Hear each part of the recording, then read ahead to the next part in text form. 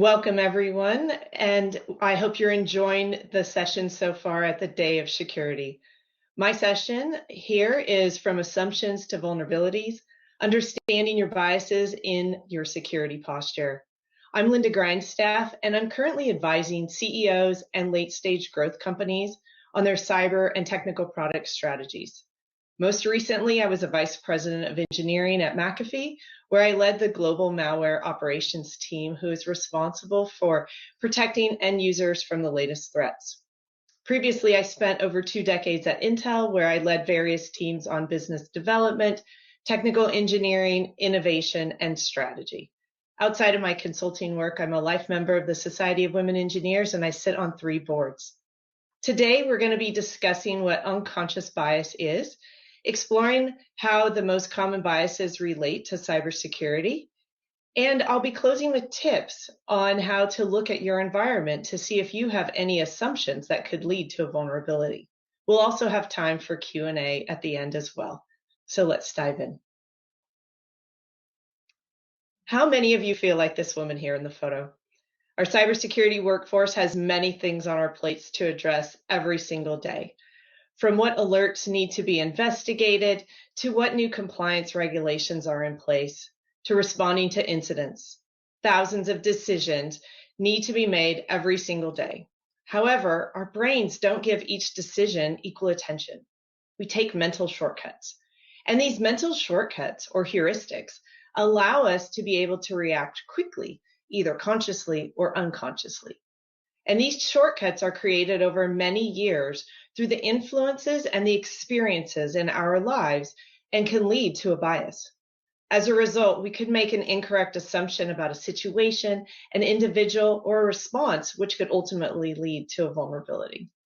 I know security and biases are not typically discussed together.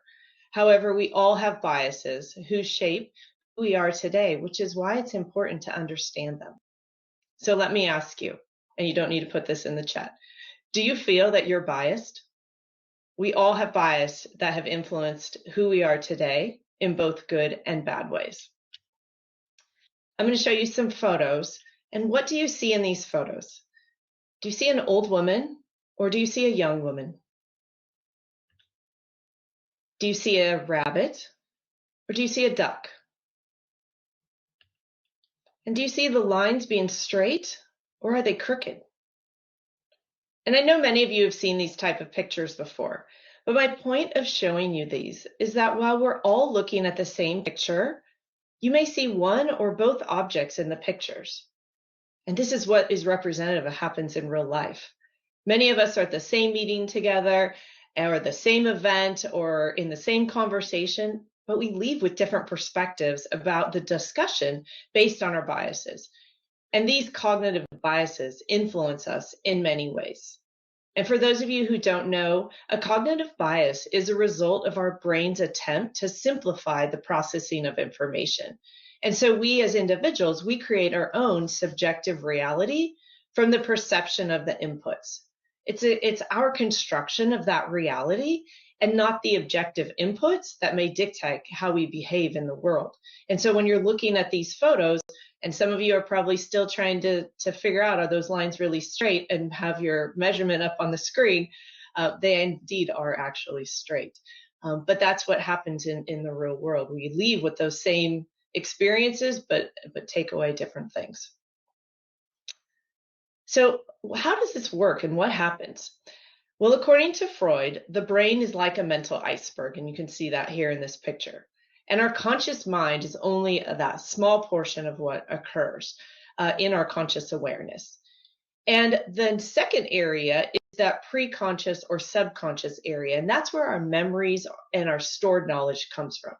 So when you have an idea or a memory or trying to recall something from the past, this is coming from that subconscious area of the brain that the conscious mind did ask for. And then the last area is that unconscious mind that's deep inside of our brain. And those are the feelings, beliefs, and the values, and that unconscious part of our personality. And everyone holds unconscious beliefs about various social groups, and these biases stems from our tendencies to organize our social worlds by categorizing them quickly. And we often think about unconscious bias in a negative way, which it often is, but it could also be positive. So think about when you're making judgments and decisions around you, you most likely think that you're an objective, a logical, and capable of taking in and evaluating all the information that's available to you. Unfortunately, biases sometimes trip us up, and they lead to poor decisions and bad judgments, even if we didn't intend for it.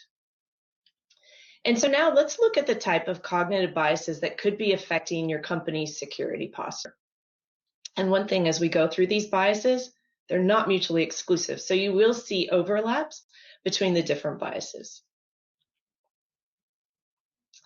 So the first one I want to touch on is implicit bias. And these are social stereotypes toward others that we form outside of our conscious awareness. And that is the part that's deep inside the brain. And all of those feelings that, because you don't usually think, I will now be scared or I will now be afraid, it just happens. And that's all from those unconscious feelings that we have. And so I want to tell you a quick personal story before we talk about cybersecurity. When my son was young, he was in about third grade, I had a teacher and I was volunteering in his classroom. And then I was wearing an Intel shirt. As I told you, I worked at Intel. And I walked in the classroom and the teacher told me, she goes, "Oh, you're with that company." And I didn't really understand where she was going, but I volunteered, did my things, whatever she needed help with in her classroom. Time went on and I continued to volunteer every couple of weeks. And I noticed that she was very irritable when I would wear Intel clothing. And you may think whatever about different companies, but I just couldn't understand what was going on with this teacher. And over time, again, not only was it the Intel clothing, she started to have different behaviors towards my son and very much unconscious. And I was studying unconscious bias for the first time back then. And I couldn't believe that I was actually seeing this happen in real life, because what was going on is that the teacher, as I, thankfully for the internet, I was able to do some digging and found out that the teacher was, her husband had actually been fired by a close personal friend of ours. And she saw the connection, but all of these unconscious feelings started rising from her. And long story short, I addressed it with her and I did say something to her and she was like, "I'm not biased." And then once we talked through it, she was like, "Oh my gosh, you're right." And she wanted to give me hugs. I told her no. But the thing was, is I couldn't believe that I was seeing like this in real life as those stereotypes. Usually it's very obvious, but starting to see those feelings, you never know where it's going to arise. And so my point of telling you that little personal story is don't, when you see something, don't think that, oh, that couldn't be, bias happening, or that person's just rude or mean. Like there could be something else going on and they don't really realize it. And so back to cybersecurity. So where we see implicit bias impacting cybersecurity is in many different ways. And the first way is with incident response. So if there was an incident in your environment, how would you respond? Would you blame the unsecure IT environment or some incompetent end user? Or would you look at facts and evidence inside and outside of your beliefs to determine what happened? How would you and your team respond to the incident? If your security operations team felt that IT hadn't been doing their job, you may be looking in the wrong area for the source of the problem. And some of you have heard the acronym PEBCAC before. And for those of you that haven't, it's, does the problem exist between the keyboard and the chair? And are you sure that the problem is the PEBCAC, i.e. the user, or does it lie somewhere in many of the areas that you might be responsible for? And we're often quick to blame people or systems rather than actually looking at those facts. In identity and access management, we see security analysts and software developers, they blame users for issues and fail to look at the internal infrastructure or inside their own code when there could be a problem. In decision making, I've seen executives blindly trust the IT department or the SOC teams because they're perceived as being an expert. And we all know that there's been a cybersecurity skills shortage over the years. And no disrespect to my InfoSec friends. However, I do recommend reviewing data and asking for a second opinion before blindly trusting or jumping on the bandwagon to agree or to disagree. It's easy to go with the majority and not rock the boat oftentimes. But if you feel that something needs to change or be addressed differently, don't be afraid to go against the flow. Mark Twain once said, whenever you find yourself on the side of the majority, it's time to pause and reflect. So keep that in mind as you're reviewing those things. When was the last time you reviewed them thoroughly? Let's say, again, you feel your SOC analyst is amazing, and they probably are, and you trust everything that they say. But because you implicitly trust them, maybe you don't dive into all the details. And as a result, you could have a firewall running without any defined rules if you've actually never checked the data. In risk assessment, some people feel that workers who are older in age are more of a risk to the company than those who are younger in age. And because older workers aren't up to date with newer technologies, they might feel that, well, younger people are better. But then some people feel that younger people engage in risky behavior, like sharing passwords. And so again, security analysts could be focusing on the wrong areas because they might have a bias based on different people. Oh, whoops. Sorry, didn't mean to click too far. Let's see, where was I? Okay, so under risk assessment, so for your risk assessment, some people feel that workers, I already talked about that. Product development. Have your product development teams been keeping up to date with the latest vulnerabilities? You might want to make sure that you're double checking on that too. And so to overcome your unconscious and your implicit bias, make sure that you're sticking to facts. You're asking all stakeholders, even those you don't like or agree with, for inputs. Also look in the mirror at yourself. Did you make a mistake? Or are you excusing your behavior instead of facing it? And don't be afraid to follow in the words from Mark Twain and pause and reflect to make sure that you are addressing the correct issue or the incident in the right way. Asking for an extra piece of data, putting a second set of eyes on it, or pausing to ensure you're sticking to the facts is okay. Remember those last pictures that we just saw? We all might be looking at the same thing, but we leave with different opinions based on what we saw. So it's okay to ask for those next opinions or second opinions. Another bias that appears frequently in cybersecurity is confirmation bias. And by the way, all of these biases are not just cyber only, they're also outside of cyber too. And confirmation bias is when you're looking for things to confirm your own beliefs or things that you may remember that confirms to what you think. And so what you see there in the picture is you have facts on one side, you have your beliefs on the other, and where it overlaps is usually typically what you believe or what you see. And so, for example, your news feed, it might be full of things related to your political beliefs or what articles you've clicked on or you've shared or you like. Chances are it's not filled with things that you oppose. And so where confirmation bias is seen in cyber is around risk assessment. How are you approaching your cybersecurity preparedness? Are you passive? Are you reactive? Are you progressive? Do you feel a cyber incident won't happen, so you don't look for data to confirm that? Or are you the opposite and you're like, oh my gosh, we could have a repeat incident if we don't do everything possible. So you look for all the data to confirm.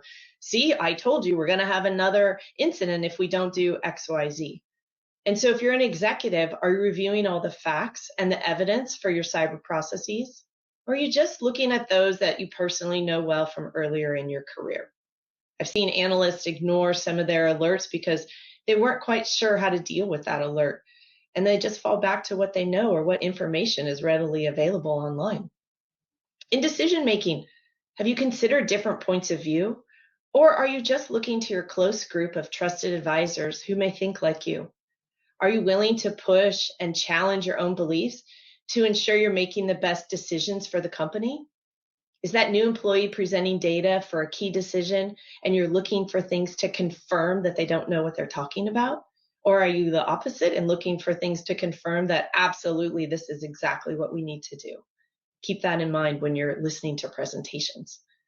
On pen testing, Sometimes companies may hire third-party companies, or they themselves may have their own internal pen testing teams. And when you define the scope of work, are you looking for all the gaps and the holes, or are you just focusing on your weakness and your strengths? And when those results come in, do you address everything that is recommended, or are you only focusing on the things that you believe will actually impact you? What is your company's security hygiene? Are you diligent about updating systems? Or again, do you believe that it won't happen to you because it hasn't happened yet? Are you using an XDR solution in your environment, or you feel, I don't need it because all the current systems seem to be working just fine?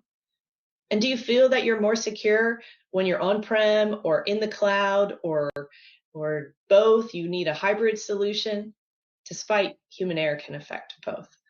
And so I know it's really hard to look beyond what we believe, because in our eyes, what we see and what we feel, we think is ground truth. And it's important when we make security decisions that we're looking beyond what we want to hear or see, and not only looking at what shows up in our news feeds to confirm what we think is actually true. Safety bias. The safety bias and the framing effect are very much related. And these two are focusing on shortcomings so as not to take a risk. And the safety bias, there's been many studies around this, outside of cyber, where we as humans, we prefer not to lose money, even though we prefer to gain money. You may have heard about experiments where people were offered $100 now or $500 if you wait 2 years.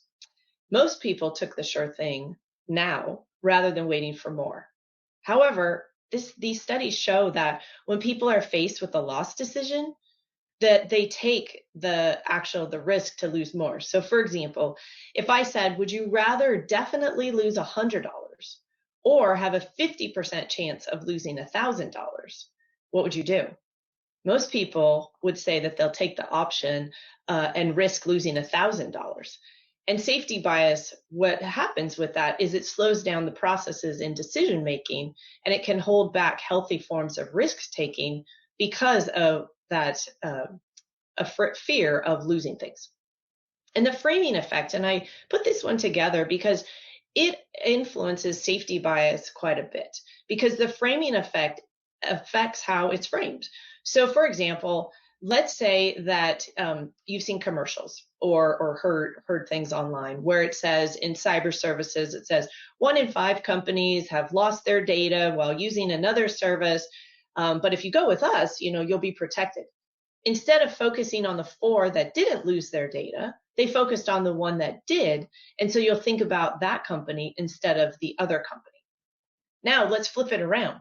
Let's say that you were going to have surgery and you were talking to your doctor, and the doctor says, you have an 80% chance of recovery with this surgery. Well, what if the doctor came in and said, you have a 20% chance of death by having this operation? It's the same 100%. But would you think differently how you approach the operation if they came in and said, you have an 80% chance of recovery or a 20% chance of death? Chances are you would pay attention differently and think about that surgery differently. So really, when you're speaking with somebody, pay attention how those statements are phrased to overcome any gut reactions for making a decision. And so where we see this in security is in like SecOps, for example. Is your DevOps team applying traditional network controls to the cloud, or are they looking at how they can refactor things to take their organization to the next level? And under risk assessment, when was the last time that you reviewed your security products and their capabilities? Are you keeping what you have because you've already purchased those solutions? For example, do you know if they can identify these newer advanced vulnerabilities? How do they work with AI solutions? How are you even using AI in your environment? Are you at risk? Do you know? Policies and procedures. Remember my $100 and the $500 example? Well, that same thinking can cause companies to invest in solutions that might be overkill to address a very specific or maybe a high impact, low probability. Like, for example, yes, a meteorite could crash on top of the building right now, but it has a low probability. So are you working to deal with those high impact, low probability situations? or more of something that's probably going to affect you more widespread. In decision making, when there's a lack of information or ambiguity, kind of like my 1 in 5 systems, you can see system owners are being reluctant to upgrade their systems. And I've seen that a lot when I've been coaching and consulting with companies. They don't apply the latest patches, or they just don't keep up to date with them. And sometimes there's that unwillingness of the end users, remember those PEBCAC people, to configure security features, to do the extra click or enable two-factor authentication. I've also seen the lack of interest from developers to add security features, especially if it's not a security application. And so as a result, these system owners will err on the side of caution because they don't want to break or change something because they didn't see the bigger impact of installing those security features. And they just will err on the side of cost and not do it. And ultimately, those assumptions will lead to a vulnerability. In identity and access management, if you've moved from on-prem to a cloud solution, have you considered what software applications need to be retooled in the cloud? What new solutions for identity analytics and with AI need to be put in place so you're prepared for the future? Those are questions that you definitely need to be asking your organization.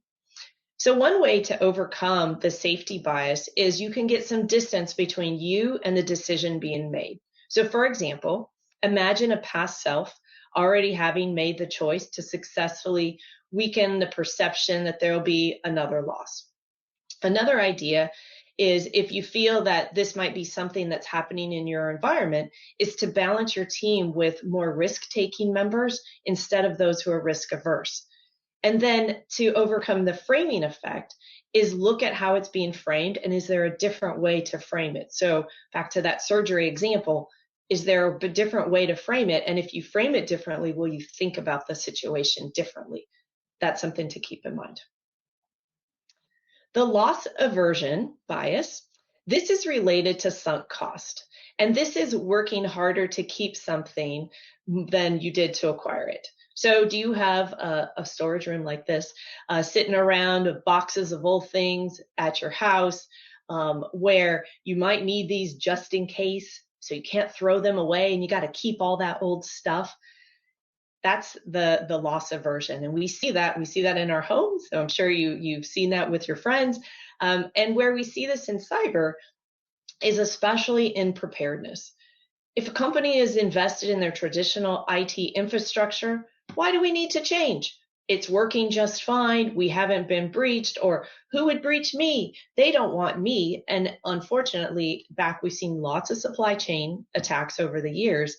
That kind of mindset, that assumption could lead to that vulnerability, because it will take time and it will take resources to get rid of those old boxes, but it also takes time and resources to keep those old boxes around.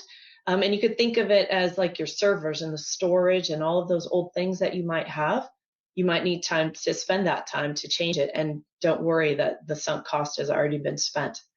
And then in decision making, back to framing that we just chatted about, it's framing the solution that the older items are better than newer. Well, if you flip that frame around and say, actually, the newer ones are better than the old, that's where you could start to look at it differently and to overcome a loss aversion bias.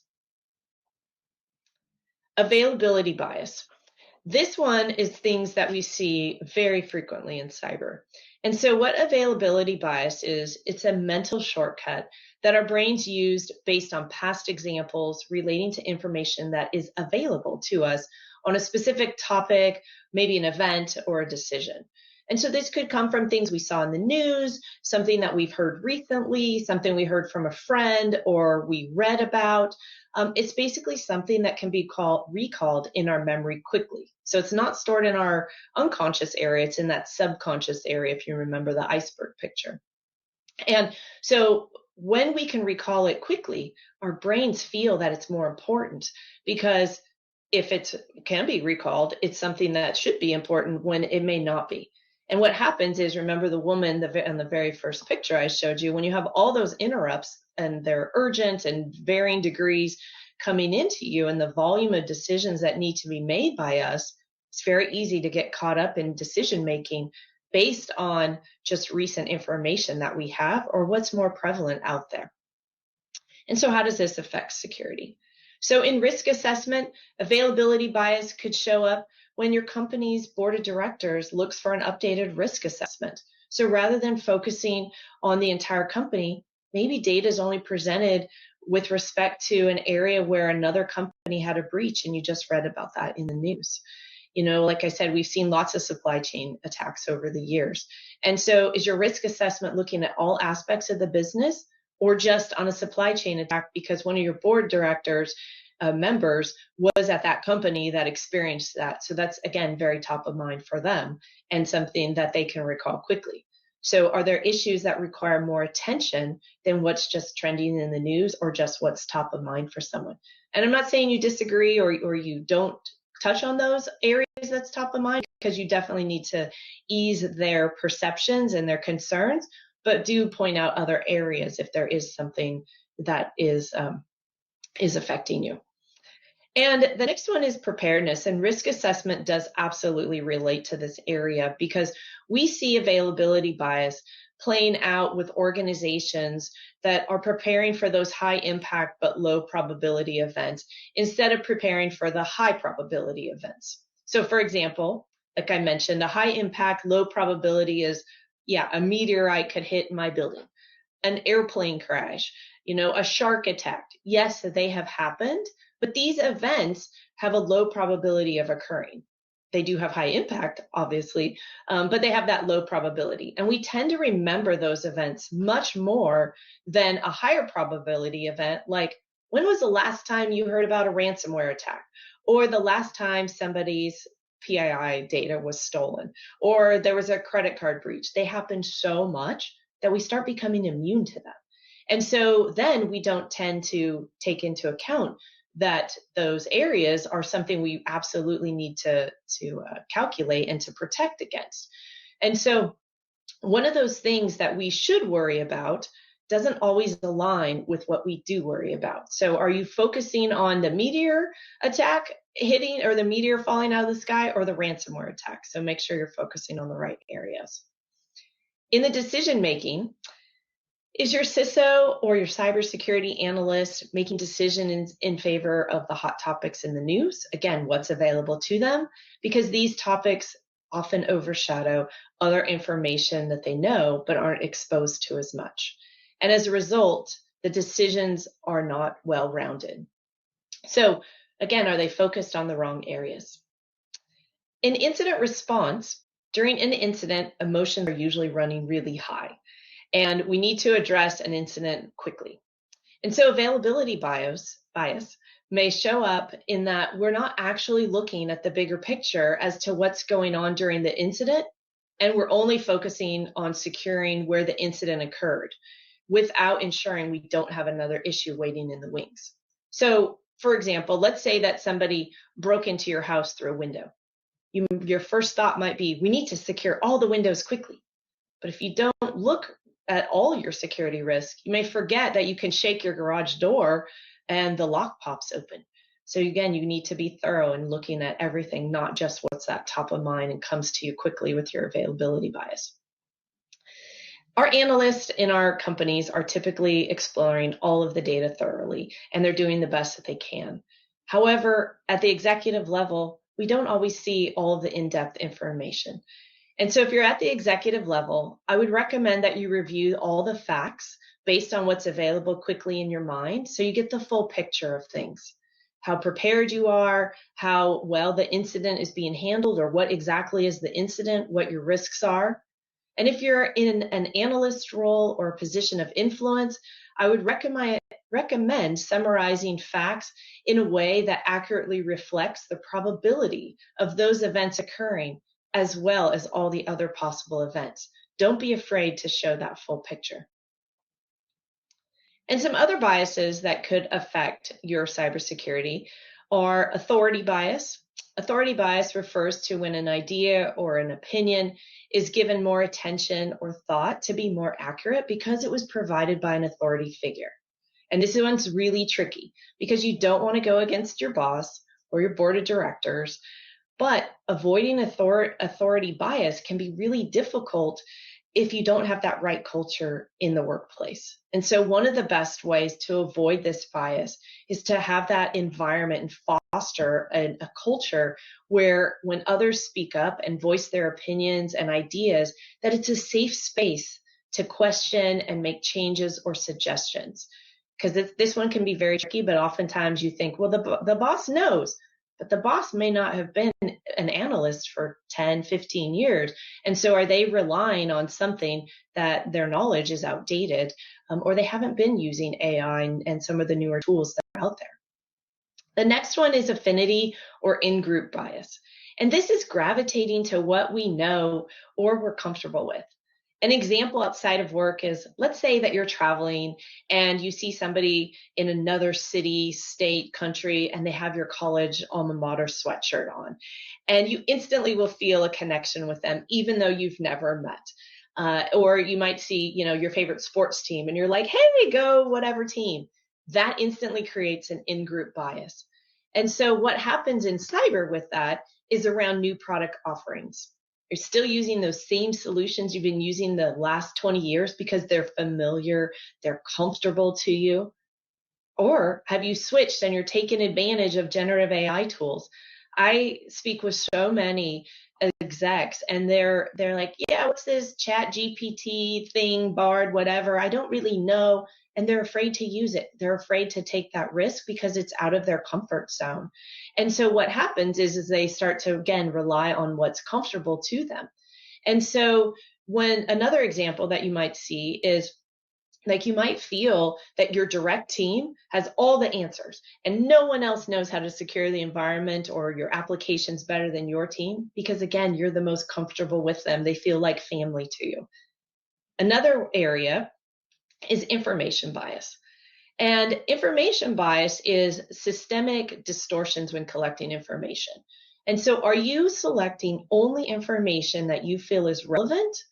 Or are you wanting so much information that you get into analysis paralysis because you don't trust or believe the information that's being presented? So be careful on this one because this could pop up when you're collecting that information about an incident. Selection bias is also related to information bias, and this is just selecting the information that you want to see. And this one is super important, especially with AI. And we see this with flaws in AI because it's only selecting certain information to train models, or it's been selecting biased information for many years to train models. And so as a result, the AI models are not coming out, they're coming out biased instead of unbiased. Anchoring bias is really just relying on the first information that you heard or remember.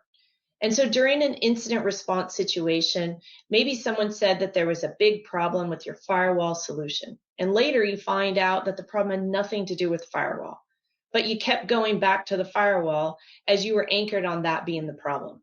And so keep in mind, what are you looking at? And same thing could be related to framing and how the situation was framed. Are you anchoring on the wrong things?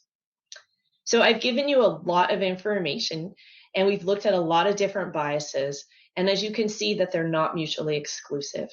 And so now I want to give you some tips on how you can begin to address the biases in your environment to ensure your security posture is as strong as it can be. And so how do we start to do this? So the first area is to acknowledge that the possibility of biases and flaws exist. We all have biases. Matter of fact, that's just a fact. Even if you think, nope, I don't have a bias, you actually do, because it's just how we are as human beings. The second area to address biases is to ask questions. If you noticed in all those examples that I gave, I didn't tell you what to do. I said I asked questions. So ask questions of your team. Ask questions of your colleagues. Ask questions of your boss and your board of directors. Why are they focused on a certain area? Is it because it's top of mind? Is it because that they experienced a breach? Is it because they, worked as a developer on that software many, many years ago? We don't know, but that can help you to understand where they're coming from. And when you're doing decision making, review the data objectively. and consider all the facts that could influence the decision. Think about how the situation's being framed. Think about if you have all those old boxes sitting around. Are you anchoring on the wrong things? Are you thinking about just what was you've read in the news that morning in your news feed? Or are you thinking about where things could be going into the future? Make sure you also include all the stakeholders in your decision making, or especially in an incident response, including those who you may disagree with and not like. We all have people that we don't get along with sometimes, and it's best to get all different types of mindsets and different opinions and different levels involved in the decision and the incident, because those are what's going to bring that diverse set of perspectives. And they may ask a question that you hadn't even thought about, or raise a situation or an idea that you're like, oh, that's exactly where we need to go. Examine where you may have biases influencing your cybersecurity posture. Many of us have heard the saying that you can't change others, but you can only change yourself, and that's very true. And so start by leading by example and looking at yourself and where can you change things and influence your own behaviors. And then challenge you and your team's biases to make you a more critical thinker. You can always use this session as an example, going back to your teams that, hey, you took this session and you learned some things. Let's explore. And you just use it as a brainstorming situation. No accusations, just starting to challenge them, and asking the team, what are things that we've missed? Are we giving too much weight to certain factors? Are we ignoring certain information? Could we frame a situation differently? Could we frame a decision differently? Is it time to clean out all of the old boxes? Or are we only looking at certain areas in our supply chain? Those are things that you can do, and you can ask those questions again. Another way to improve your security posture is to educate others on where and how biases could be impacting your cybersecurity posture. So for example, as I just mentioned, asking those questions. There's lots of articles on the internet, lots of books that you can read if this is an area of interest, but bias is everywhere. It's inside security, it's outside of security, and because we're humans, it's going to be here also. You can also start to build habits across your teams to ensure that you're consciously removing biases and just continue to ask those questions of each other. You can look to the future without attachment to the past or what's available now, so that you're not anchoring on the wrong things and that you're not afraid of the loss. And then the last one is really utilizing a third-party company that has no affiliation. You can also have consultants come in. They can do pen testing, or you can just have them as a coach or as a consultant to really look at your environment and help to evaluate it in an unbiased way. And if you want to learn more about biases, I am going to be hosting a webinar in late Q2 to dive deeper into bias. And if you're interested, just submit your information at this QR code, or you can go to the Google form and I'll reach out to you when I have it scheduled. I often get asked lots of questions about bias because it is an area that I am passionate about, and I'm happy to share more information with others. And so thank you for your time today. And we have, I think, about 10 or 15 minutes for questions. Let me see if I can see the chat here.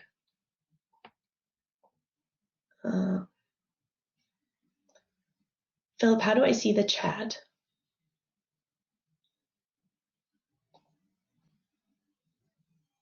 Oh, I see one. Okay, maybe there aren't any questions.